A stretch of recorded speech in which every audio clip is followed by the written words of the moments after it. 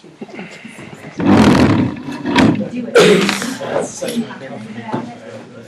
And then how can you have theory? So kind of like if it's not one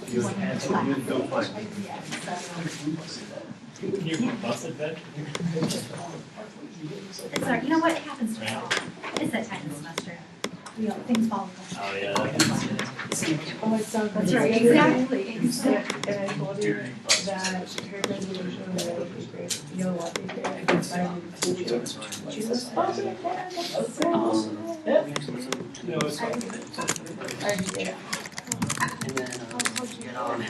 My seriously, my sister was more talkative for that class than any other thing we read, which was shocking to me.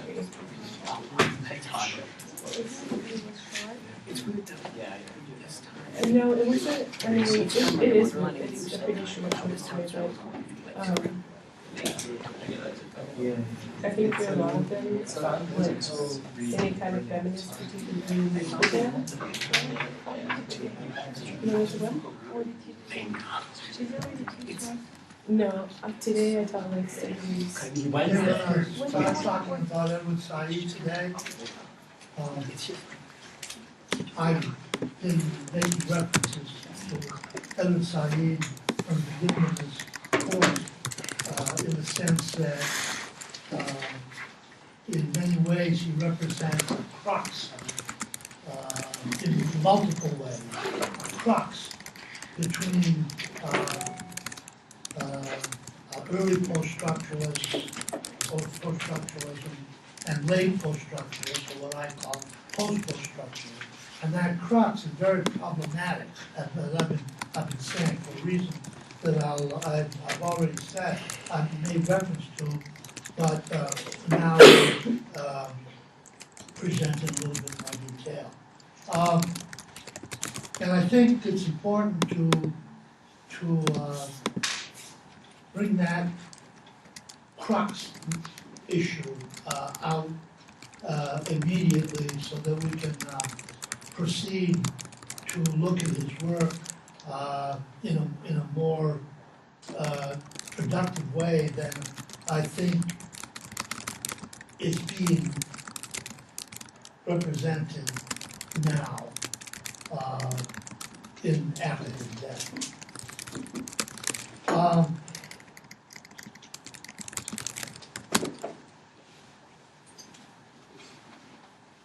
The first thing that has to be said about Said is particularly the book that made him global, gave him global visibility, Orientalism, is how remarkably analogous and similar it is to the fundamental idea that Foucault is attempting to articulate in Discipline and Punish, the relationality between knowledge and power, that repressive hypothesis we talked about when we're talking about Foucault. This is fundamental to what was different in Orientalism is that Said applies the knowledge-power nexus to the West relationship to the rest of the world, particularly to the Orient, whereas Foucault's analysis that we saw, particularly last time, by way of the examples of the disciplinary structures, prisons, schools, and so on and so forth, was oriented pretty fundamentally to a domestic context, the Western context. It's still Eurocentric. Foucault's Said's contribution is to show that this machinery, the power knowledge apparatus is applicable to the West relationship to the Orient. That's what he contributes to the Foucauldian process of Foucauldian critique. But at the same time, Foucault, despite the fact that Said acknowledges the importance of Foucault to his own work in Orientalism. Um, he's very critical of Foucault, not simply because he's Eurocentric, but also because Foucault tended to represent the Western world in terms of a process that was independent of human agency. It was, history is doing this. That's what Said is suggesting. Not agents, not human agents, but the historical momentum of Western civilization.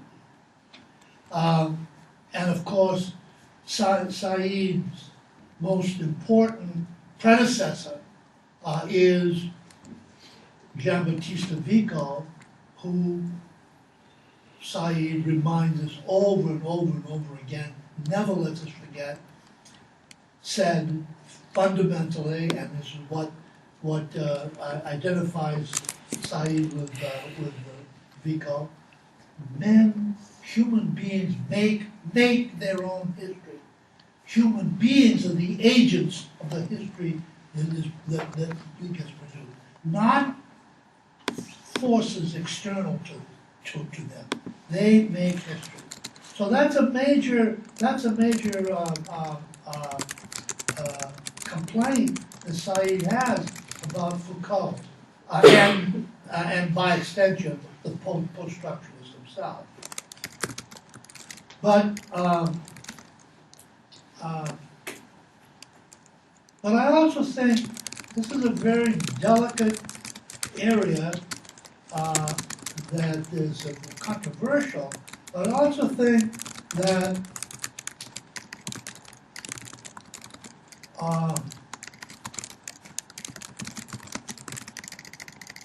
Said is not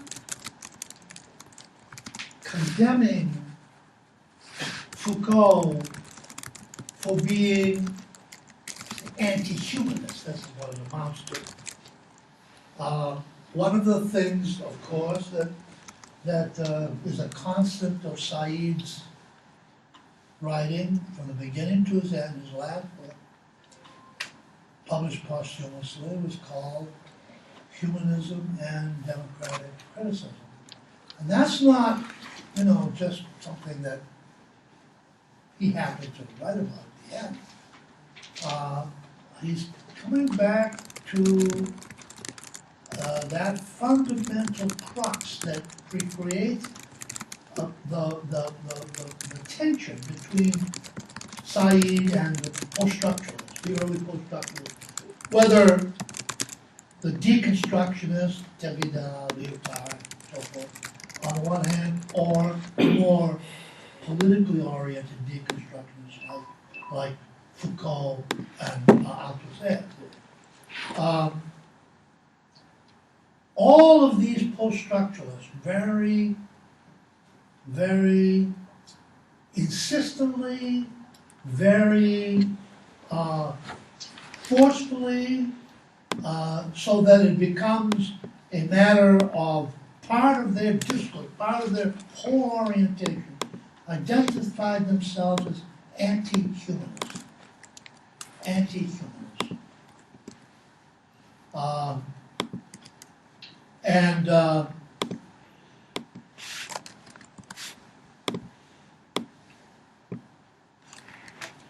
And this has been taken to mean as to whether or not Said himself,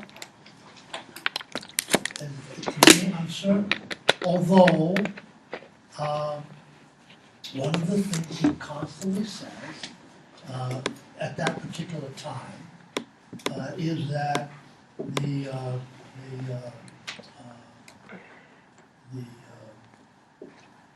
anti-humanism of the post-structuralists was tantamount to denying humans free will, agency. agency. That's one way of reading Said's reservations about these post-structuralists calling themselves anti-humanists.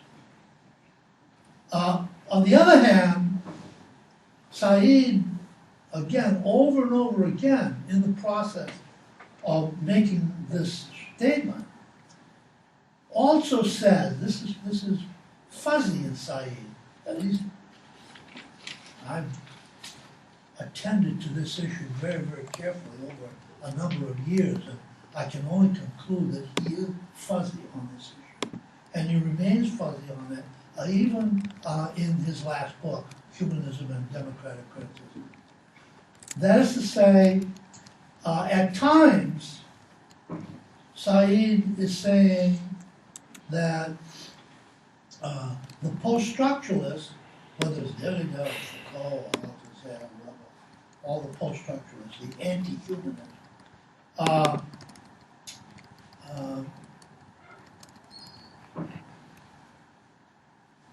in their critique of the ontotheological tradition, and particularly its anthropological phase, the humanist phase, anthropo phase,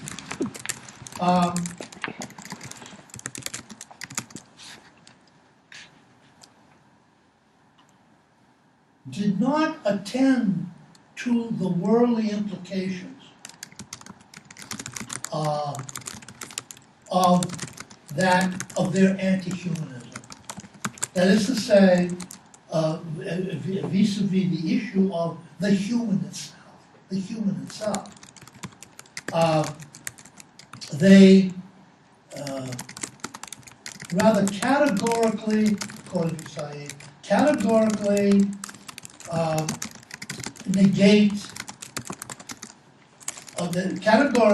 or tend to categorically negate the idea of the human entirely. Let's do away with the human entirely. But at other times, as I was saying, at other times, Said says that it's not that they were negating the human, the idea of the human. It was that they were not calling for a different idea of the human than that which has been handed down in the Western tradition from the time of the Renaissance on. The anthropological understanding of the human, which Said has no problems having it being deconstructed and negated, and its authority negated. So that's the problem. One, is it a matter of the post-structuralists rejecting the human outright? Do away with the human. Get rid of it. He's a menace to all of being. That is how Said's worldly critics interpret Said as saying. And why, therefore, Said's worldly critics, the worldly effete, worldly followers, put Said's worldliness and his humanism in a binary opposition with the post-structuralists. We don't want anything to do with an orientation that that negates the human. Said wrote his last book in order to bring the human back into play in a fundamental way in the contemporary context. My own response to this issue, this crux, is that, and I think that Said's own writing in the margins, granted, because as I said, he's very funny on the matter of the philosophy of humanism. But nevertheless, in the margins, there's every indication to suggest that he had somewhere in his mind a different attitude toward the post-structural. And this is what I've tried to work out in my own mind and will articulate here very briefly. We must remember, as Derrida said in the introduction of, if I'm not mistaken,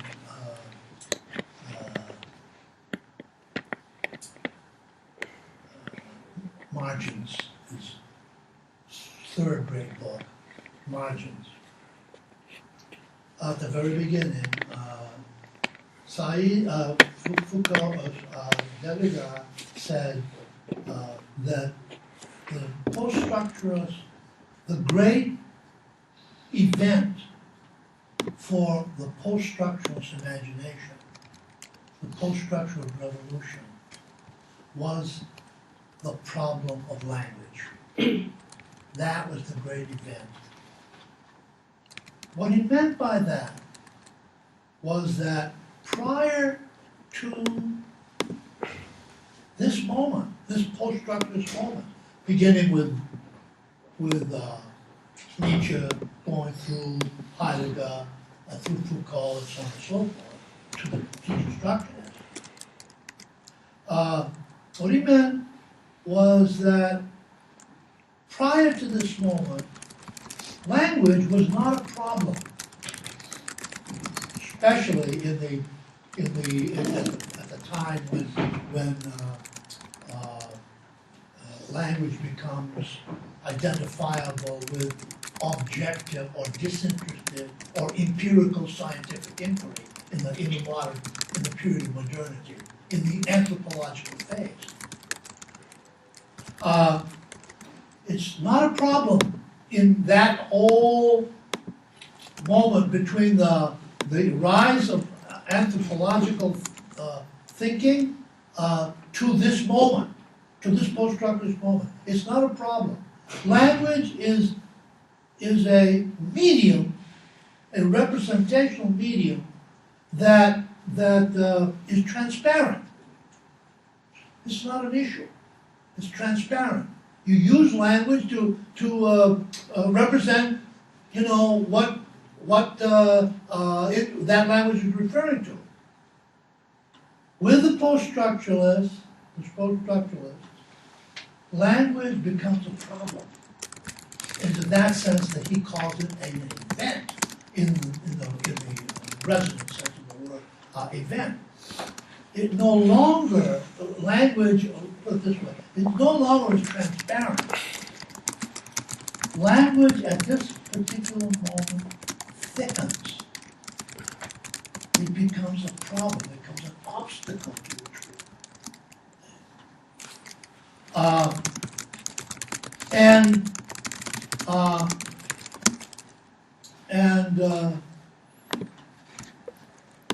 It becomes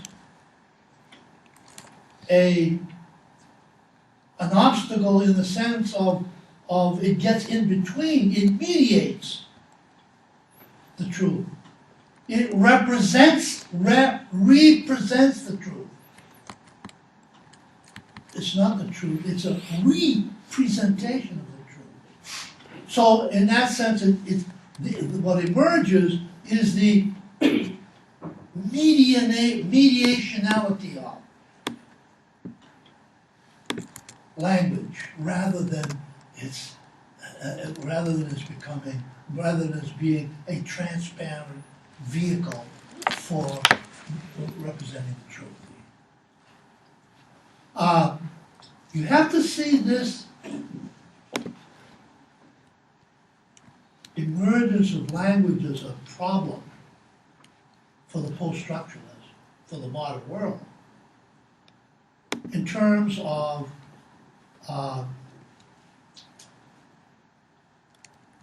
the simultaneous emergence via Gramsci, Raymond Williams, and so many other people at this particular time, the notion of hegemony, which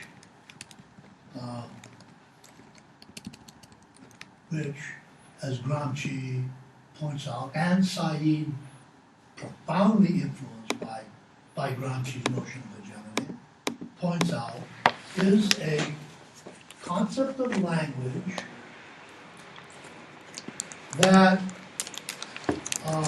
assumes that what it says about the phenomenon of being, the world, is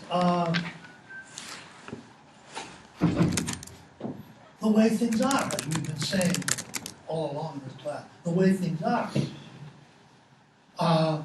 So that language, in the context of hegemony, is again transparent, always transparent.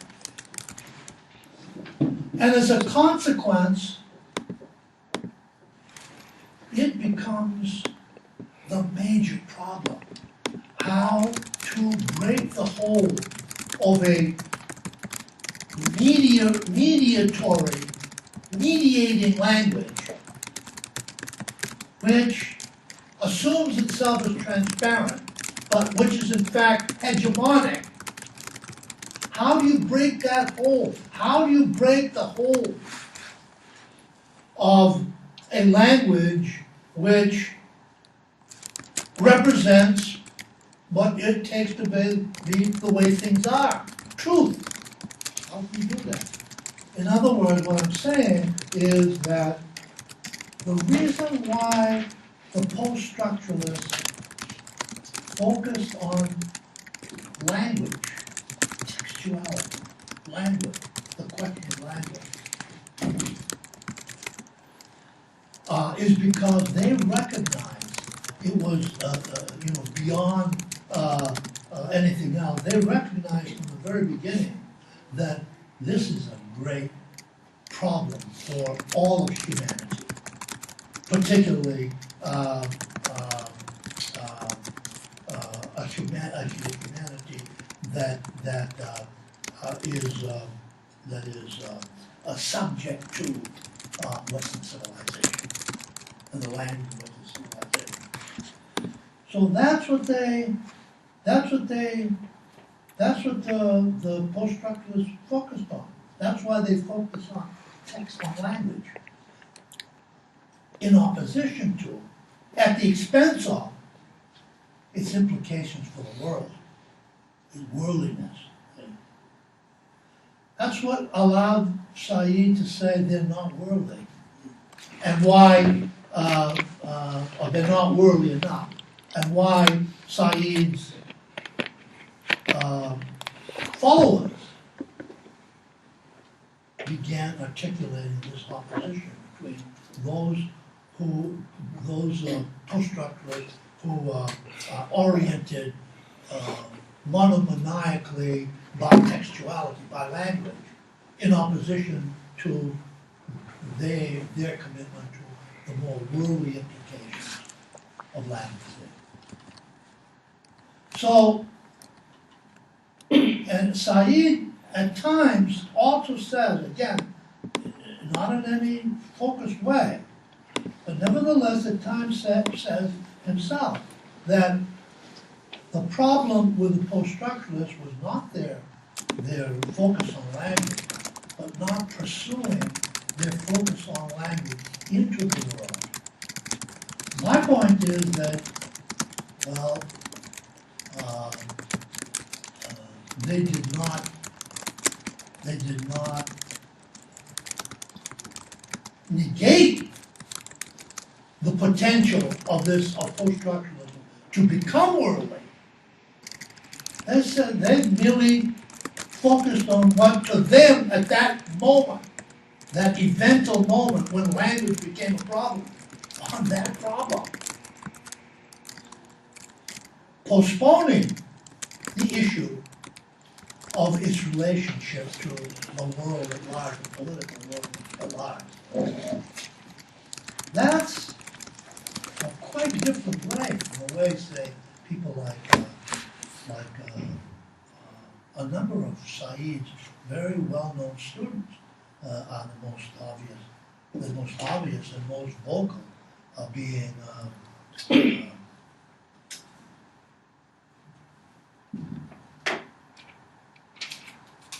a block him. Can anyone help me? Brennan? Timothy Brennan. Brennan? Timothy Brennan, exactly. Thank you. Timothy Brennan. But others as well. Many of the Boundary Tree Collective. I told you that my relationship to the Boundary Tree Collective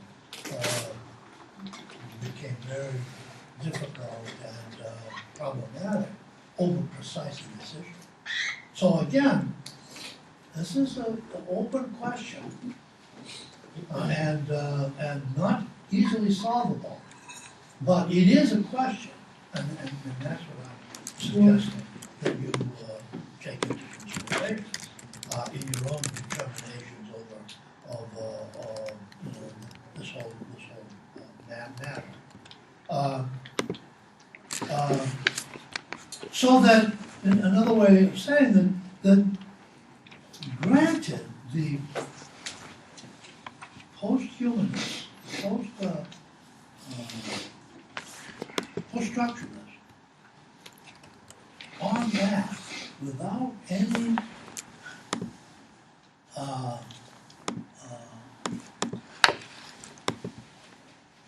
qualification, called themselves anti-humanists.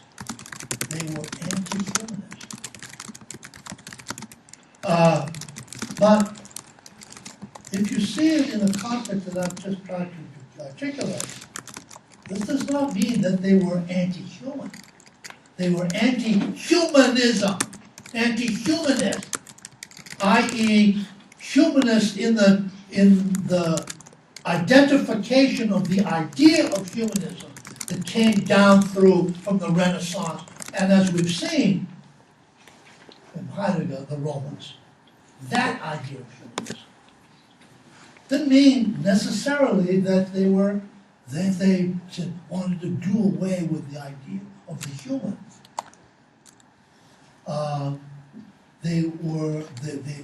They didn't articulate it.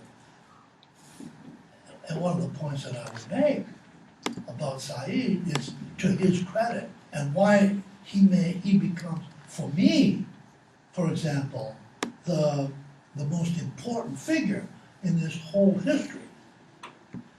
He saw precisely, he recognized precisely the relationality between the destruction or deconstruction of the human self as the human self has been identified in the Western anthropological tradition.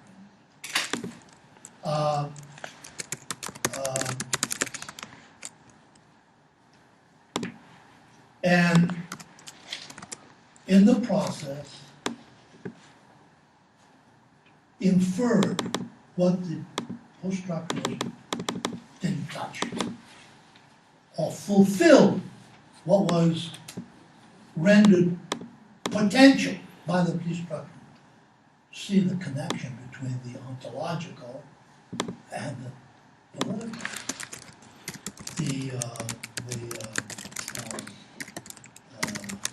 or language and politics. The apparently unworldly and the worldly.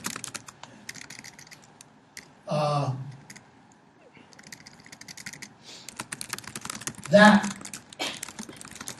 or another way of putting it, the way we've been putting it in this class from the beginning, that the ontological representation of being is not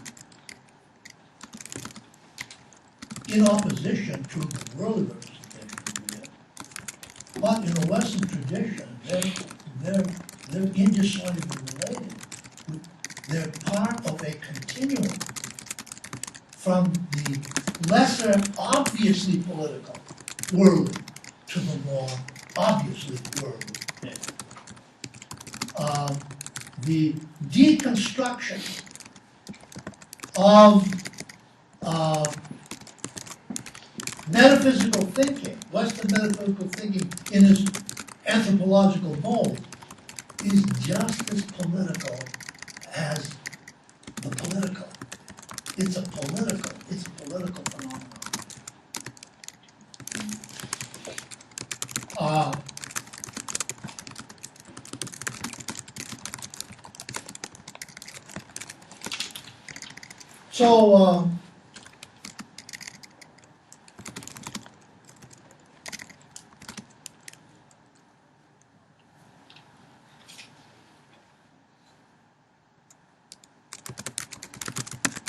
So when we consider, say, Orientalism, the text that from Orientalism that I naturally read, most I reader,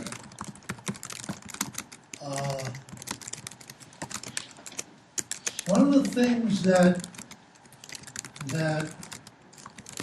you cannot now, at least on the basis of what you've heard in this class, you cannot now read his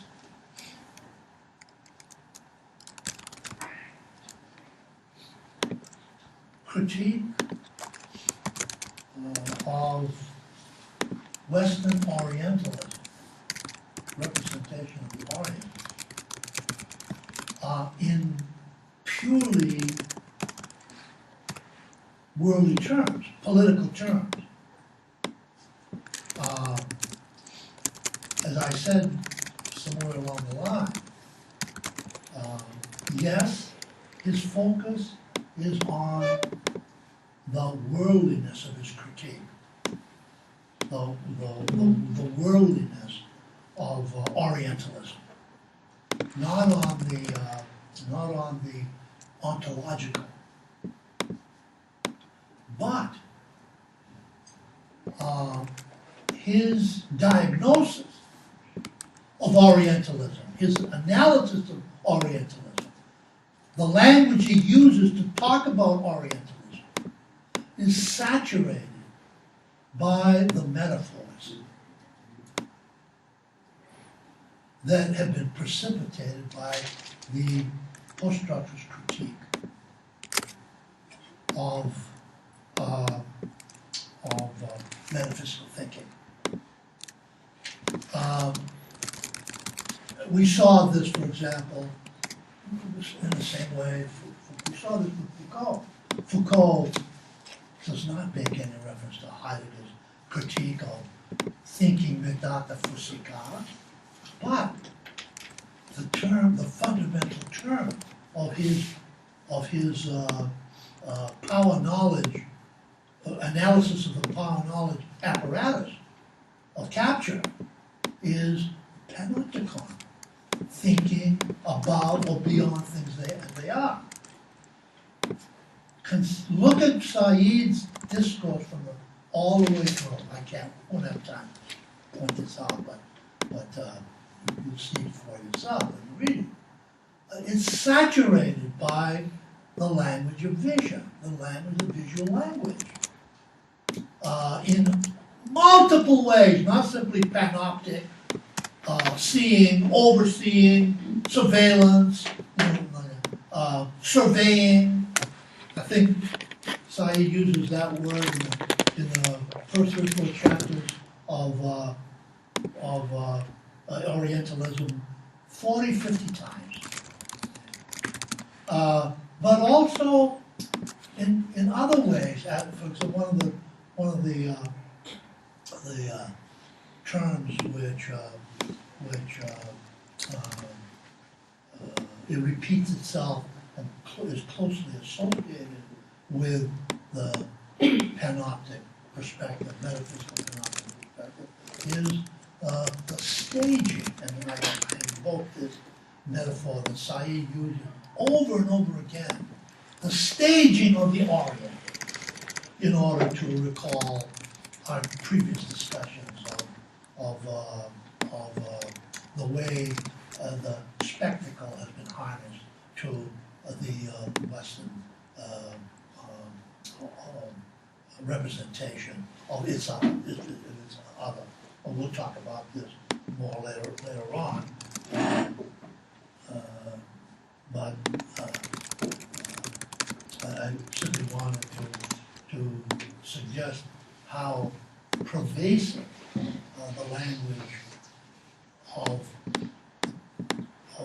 metaphysical thinking is, without his reference at all in Orientalism to the ontology that is sought. He simply has absorbed that perspective, that questionable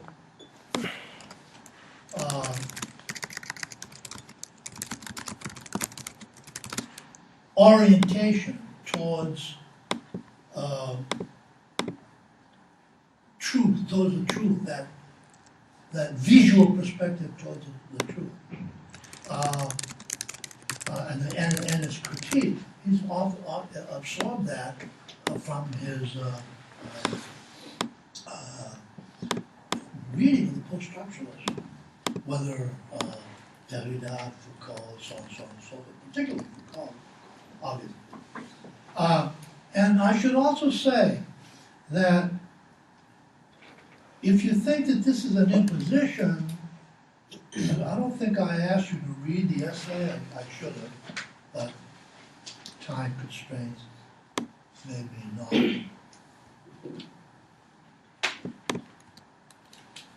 No. The section in the other side reader, from beginnings, from his first book, Beginning, which is a highly wrought, theoretical, very different from all his writing on Catholic Oriental, very philosophical, where the very concept of beginnings, as opposed to the concept of beginning, the beginning, middle, and end structure that is fundamental to the Western tradition, derives from a deconstruction of the concept of the beginning in the Western philosophical, literary, particularly literary, and worldly tradition, i.e., the beginning which is always subordinate to, which is always dependent upon the end, the telos. In other words, where the telos, the end, the goal, the purpose, is there, present, is a presence, annulling therefore the radicality, temporality, at the beginning, from the beginning. That's the basic and fundamental point Said made in beginning. That's why the word is beginnings as opposed to beginning. I mention this because it brings us back to what I've said by way of my having introduced Muhammad into this constellation, and one of the fundamental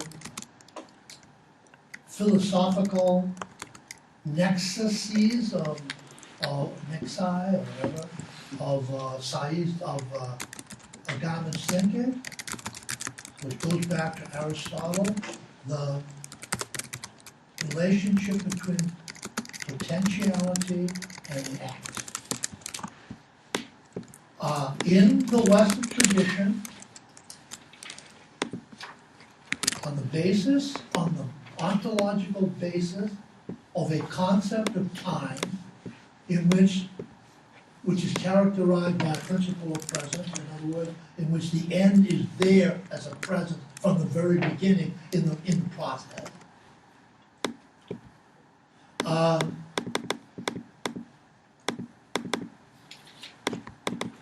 Potentiality, like beginning, is always subordinated to the act in the Western tradition.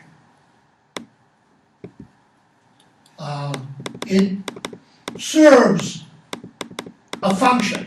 It has no integrity of its own, just as beginnings have no integrity on their own in the context of beginning, middle, and structure.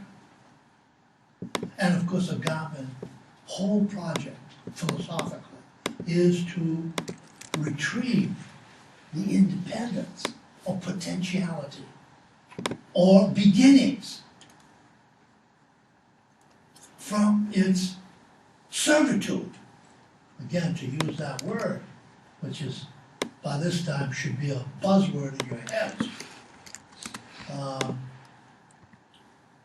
from the act.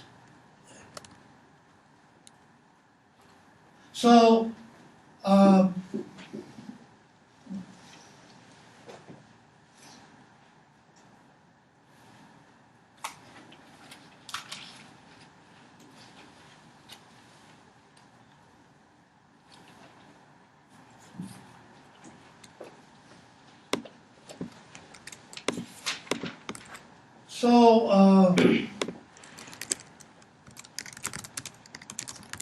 in this context, which had come to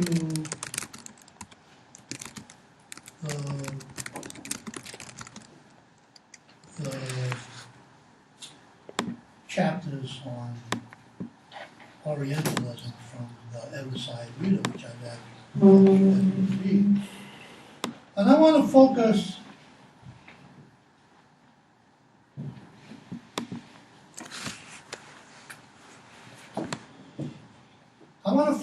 on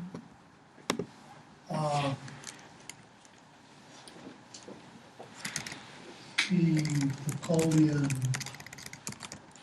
Saidian knowledge-power relation, the recursive hypothesis relationship. But before doing that, I want to do that, but I also want to do that incrementally, beginning with how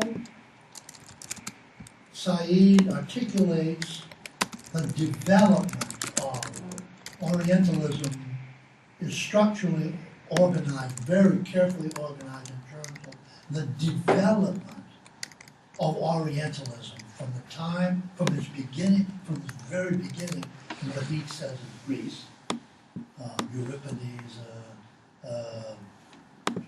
Trojan women, and a couple of other plays, all the way through the Crusades, through the beginning of the anthropological era with the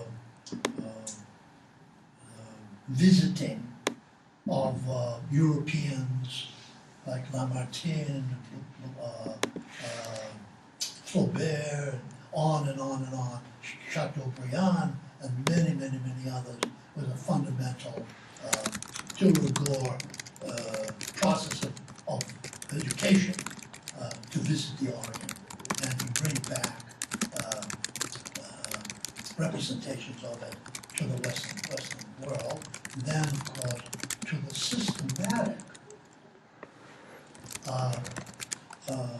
study of the Orient, not simply visiting hearsay, but literally scientific study of the Orient, and people like Sylvestre Sassy, and above all, of course, Ernest Renan, whom we mentioned in this class already, and which we'll talk about probably next time. And then, of course, in the end, way that suggests the degree to which this whole Orientalist discourse self-destructs, although Said did not use the word, the American version, where the expert, the bête noire of Said's whole late orientation, the expert, the pundit, who pontificates on the basis of absolute hearsay, and in the process discloses the bankruptcy of Orientalism. That's why Said is at this liminal point in the development of Orientalism, of Western Orientalism, that Said is enabled, thanks also, of course, to the insights of post-structuralist thinking, enables Said to undertake his critique of Orientalism.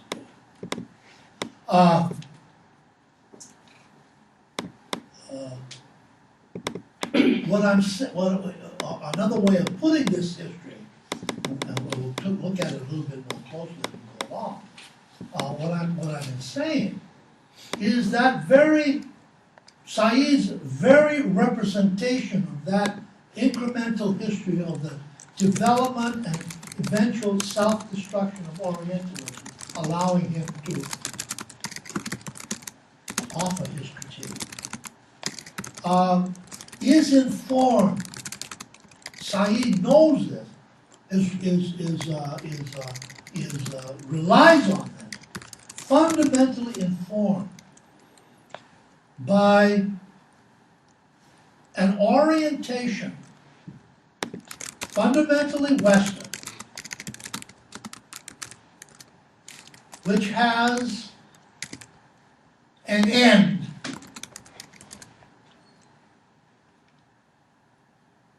prior to its encounter with the Orient. That is to say, a diagram of power. In that sense, we talked about a diagram of power in talking about the panopticon. That's what you have to see when you're reading Orientalism. That every single phase of the Orientalist project is a more sophisticated version of the panoptic diagram, the panoptic apparatus of capture. It begins with, and this is why he begins in a chapter called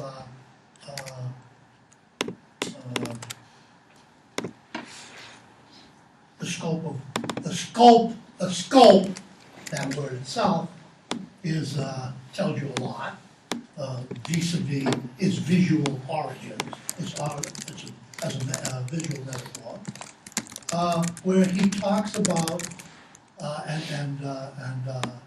to me this is crucial and inescapable, and if you don't ground your understanding of what he goes on to say from this, you're going to miss a lot of what he says later on. What he calls the textual attitude.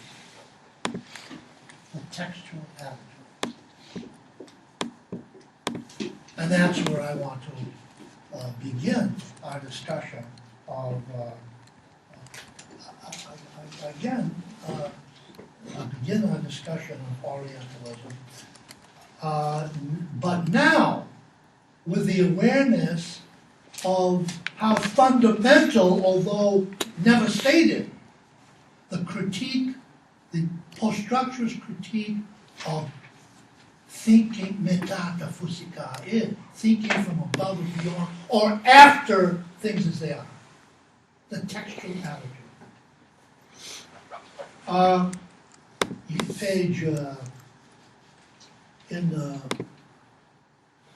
in your text, Page 93. sorry, Page 93. page 93, okay.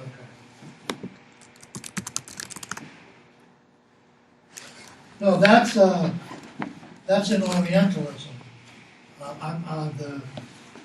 In the Saeed Reader, it's,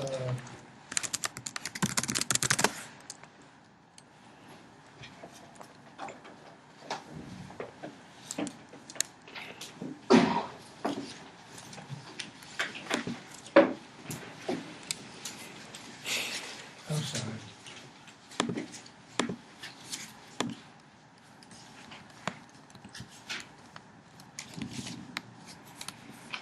I'm not gonna find it, I'm not gonna waste the time at it, but, in my text, it's page 93, yeah. In Orientalism, it's page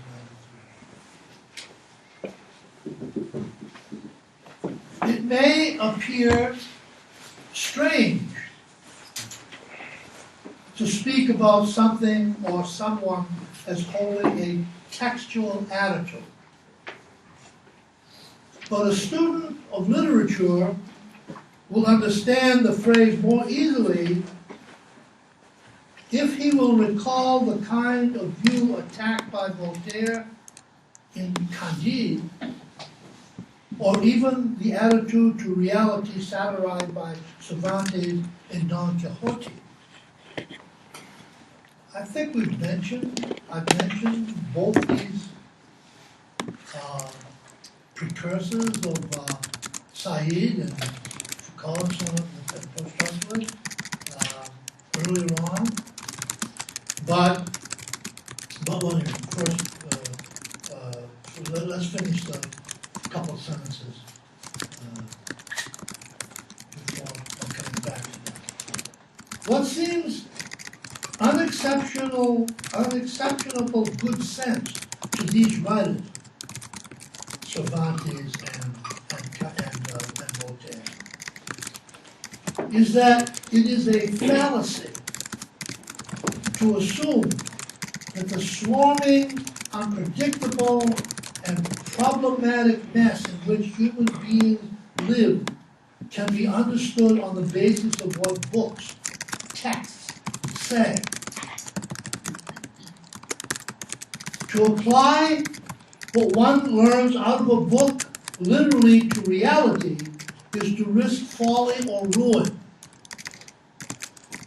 One could no more think, and he's referring to both Candide, both the protagonist, the satirized protagonist of Voltaire's Candide and Cervantes' Don Quixote.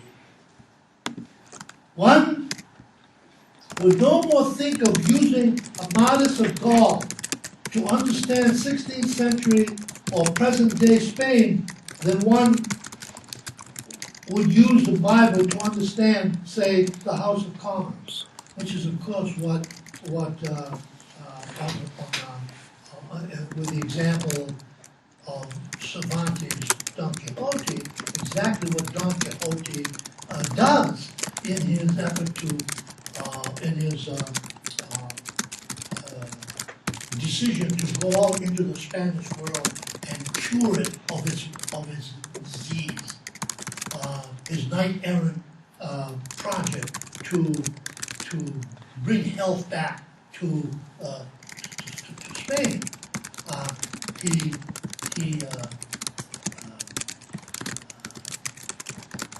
has gotten his idea of ideal Spain from this library of books he's got on the Spanish, on the Spanish romances, Amadis of Gaul, and many others that Cervantes refers to as being part of his library. He has, from his books, he has this idea, and then he goes out into the world and in order to of that world, and what he sees is what he's been inscribed to see by the books that he's read. So, for example, you know all of it, I don't have to tell you, except to emphasize the excessive, self-destructive nature of the visual project, the visual metaphysical perspective that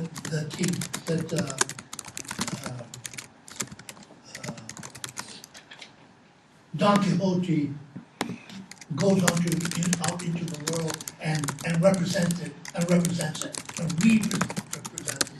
So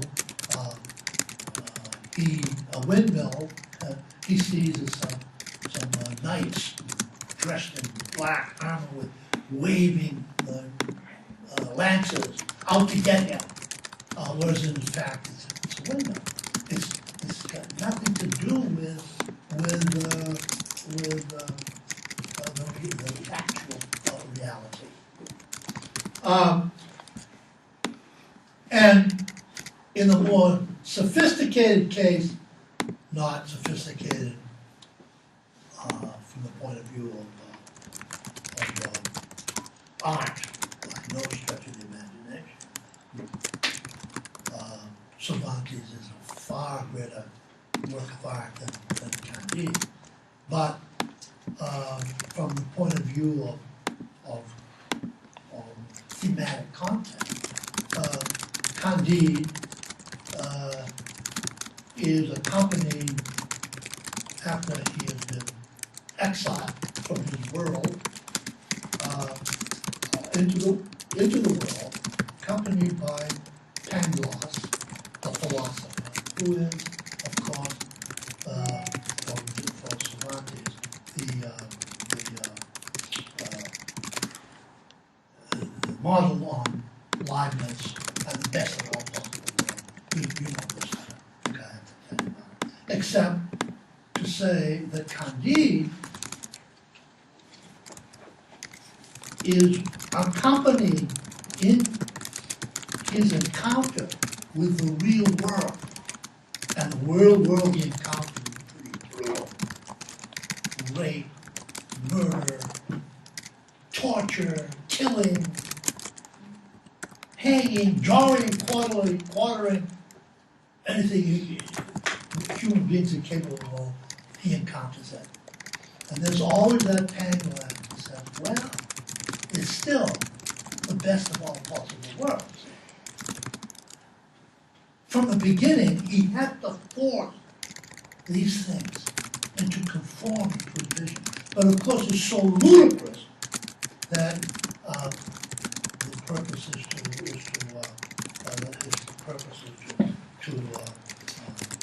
show the bankruptcy of this truth discourse. This discourse which is taken to be the truth.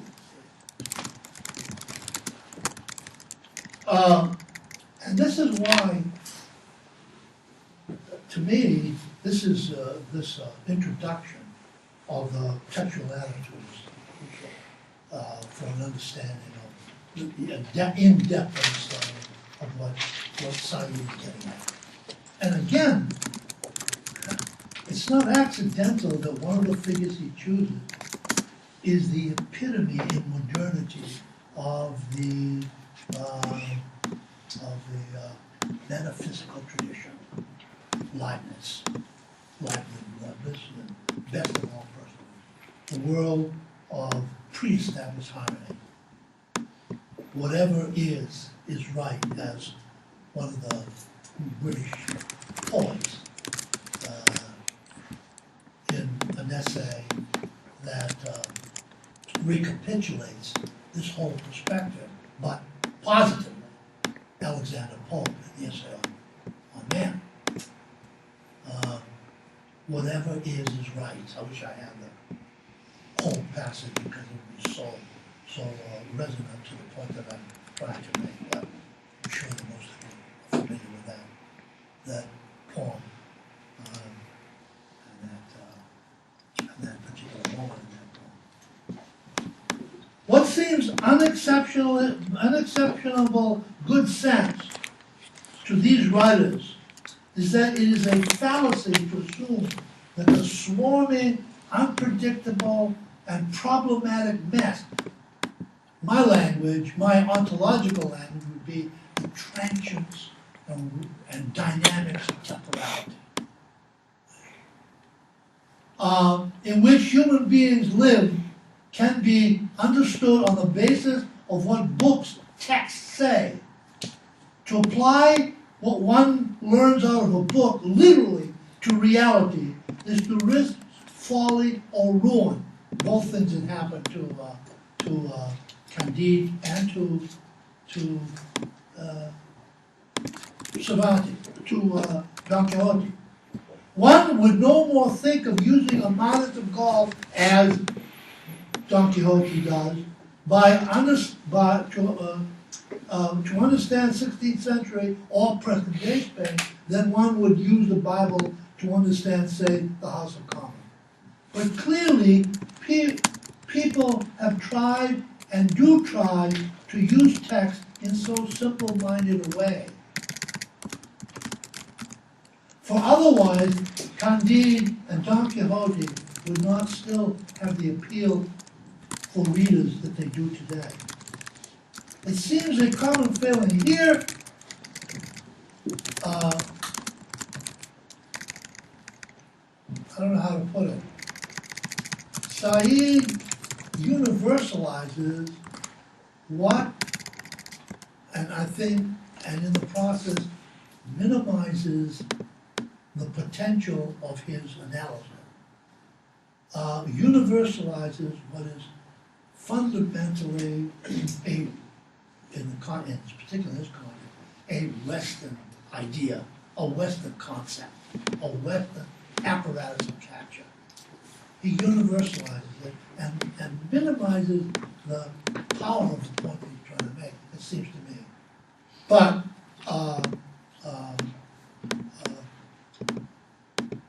after this, he returns to that textual attitude as it has become fundamental, not necessarily to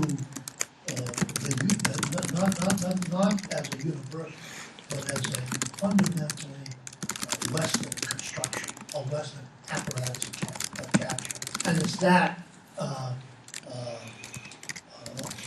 follow-up that I think is what's crucial and we should not be taken off track by that universalization. Everybody does this. Okay, so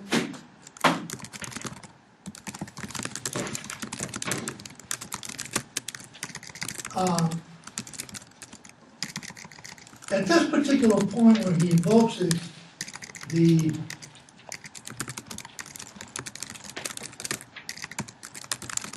textual attitude, Said is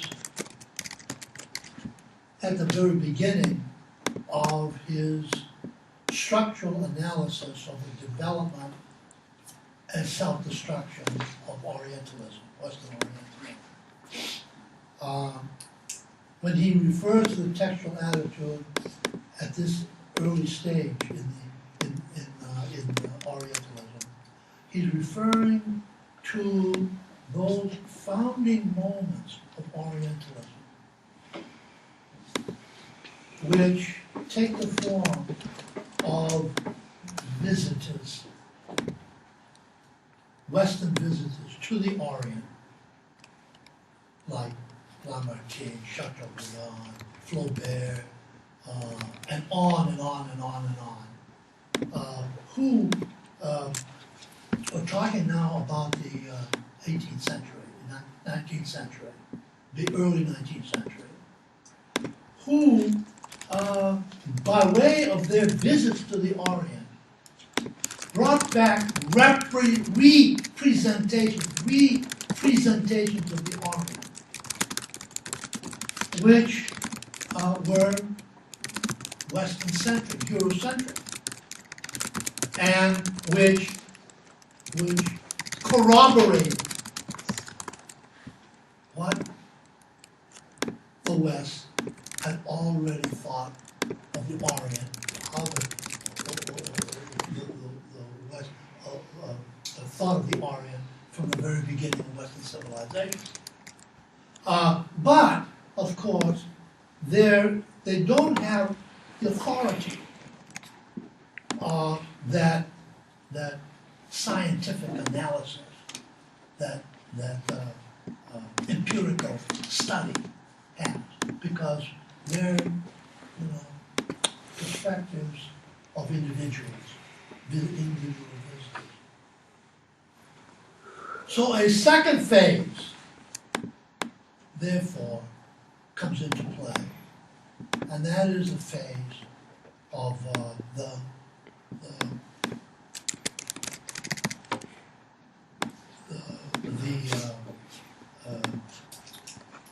empirical scientific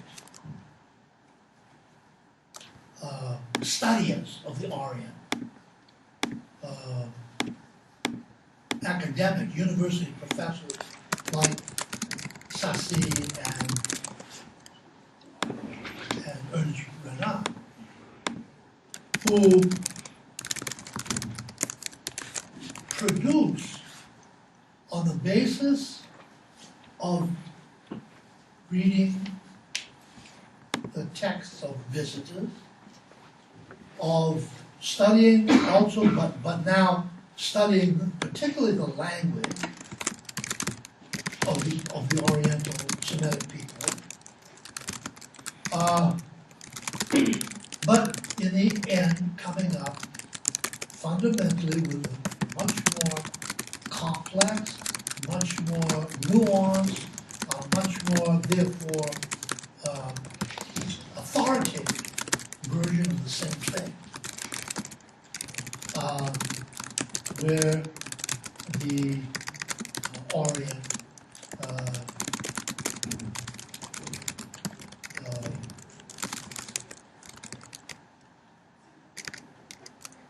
is represented in Eurocentric terms. But before the emergence of this second phase, there is the most important in-between phase. Why in-between? In-between phase, I should say, of the Napoleonic expeditions to Egypt. Why in-between phase? Because the phase after the expedition, the phase of Renan and Sassi, is a phase that enables the West to totally render invisible the mechanisms of power. Truth, in the same way that Foucault analyzes the development of the disciplinary society, where the object of power becomes its own prison. Absolute analogy there. So it's important to come back to this in-between moment between the origins vis-a-vis the representation of the Orient by visitors, Western visitors, to this in-between stage where and Said makes a great deal of this, makes this very prominent by way of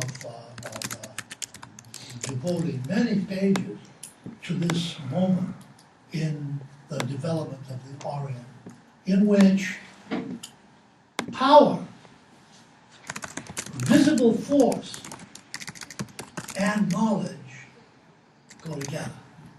are brought together to overwhelm a certain key area of the Orient.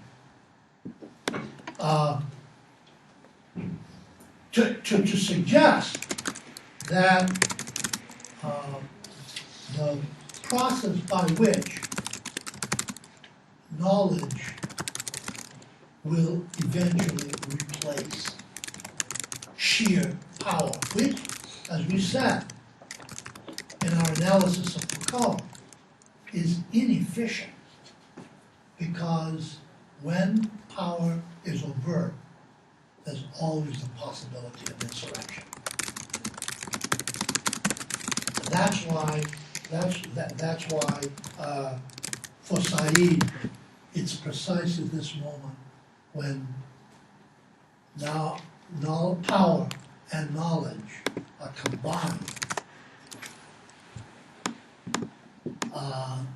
as a bridge between a prior time when force was, the Crusades, for example, were prominent, and a time when you don't need that anymore. You have people like Renan to tell the truth of the Orient, and on the basis of that, coerce the Orient into becoming its own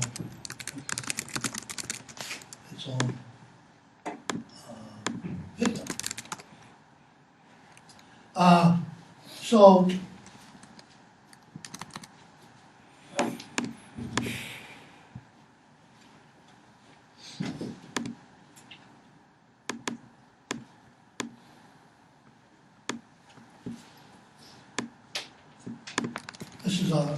this I have the page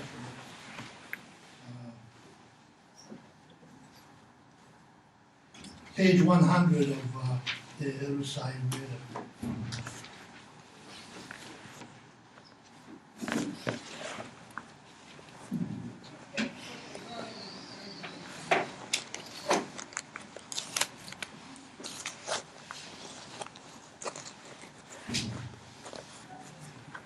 It was characteristic of all Orientalist projects before Napoleon that very little could be done in advance of the project to prepare for its success.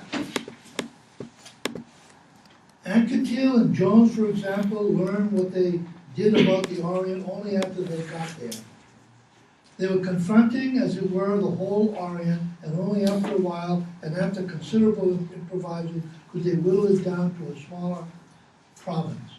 Napoleon, on the other hand, wanted nothing less than to take the whole of Egypt, and his advanced preparations were of unparalleled magnitude and thoroughness. Advanced preparation. Here again, calculation, to use the language of metaphysics. Calculating. Everything is invariably done in advance at the more developed moment of this process. Even so, these preparations were almost fanatically schematic, diagrammatic, spatially oriented, and, if I may use the word, textual, to indicate the continuity between this moment and the previous moment when he's talking about the sexuality of the visitor. By the way, I hope that when I refer to Flaubert and Lamartine and Chateaubriand and those early visitors, French visitors to the Orient, as visitors, you were aware of my very deliberate use of that term.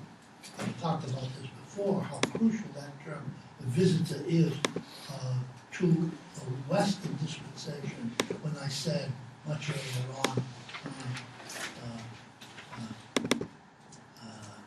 Orientals did not visit Europe the Native Americans did not visit Europe, England, France, and so on and so forth. The visitor is the idea of visiting a place is fundamentally a Western concept, and it involves, again, needless to say, the metaphorics of vision, redirect, to see. To visit means to go to see.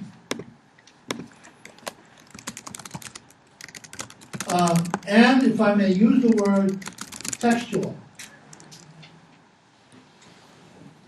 which are features that will bear some analysis here.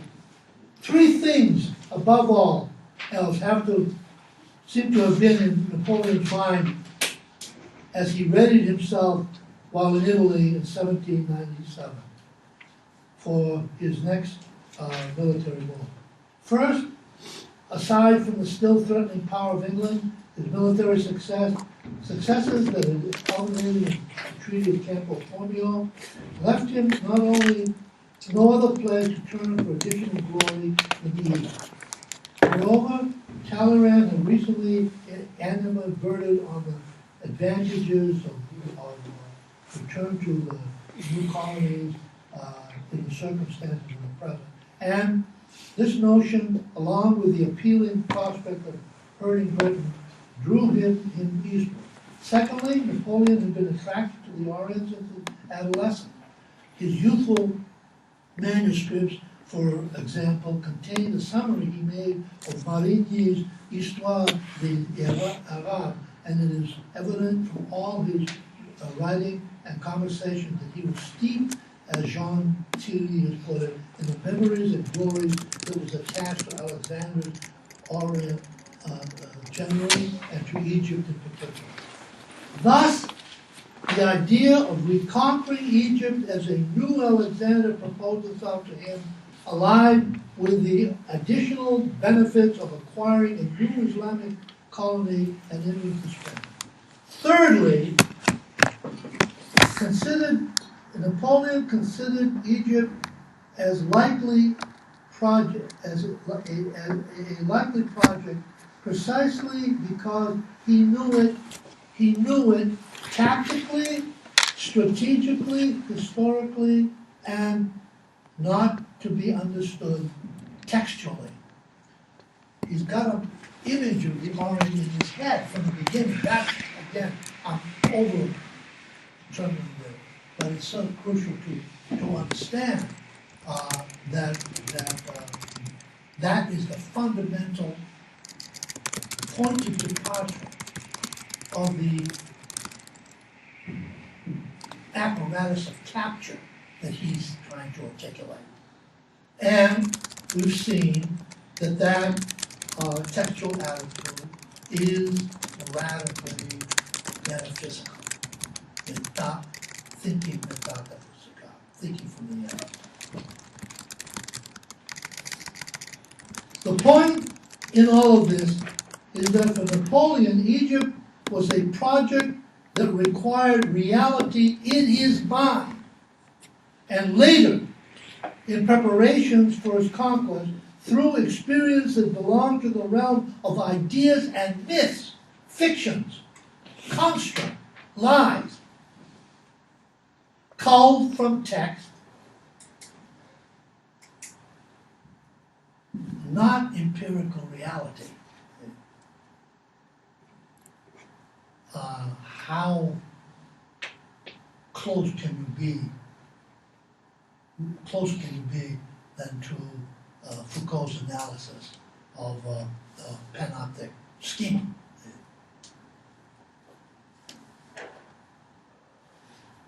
His plan for Egypt, therefore, became the first in a long series of European encounters with the Orient in which the Orientalist special expertise was put directly to functional colonial use. How knowledge. For at the crucial instant when an Orientalist had to decide whether his loyalties and and sympathies lay with the Orient or with the conquering West, he always chose the latter from Napoleon's time on. As the emperor himself, he saw the Orient only as it had been encoded first by classical text and then by Orientalist experts, whose vision, based on classical text, seemed a useful substitute for any actual encounter with the real Orient.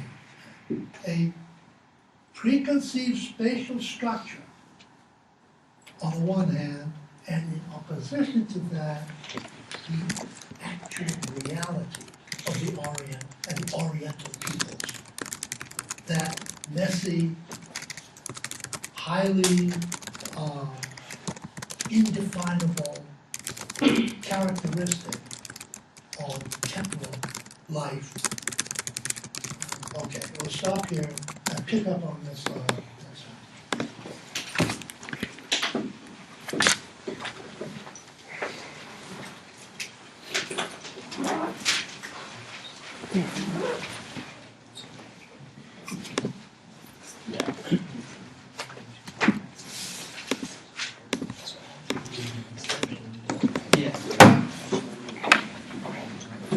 That sort of thing.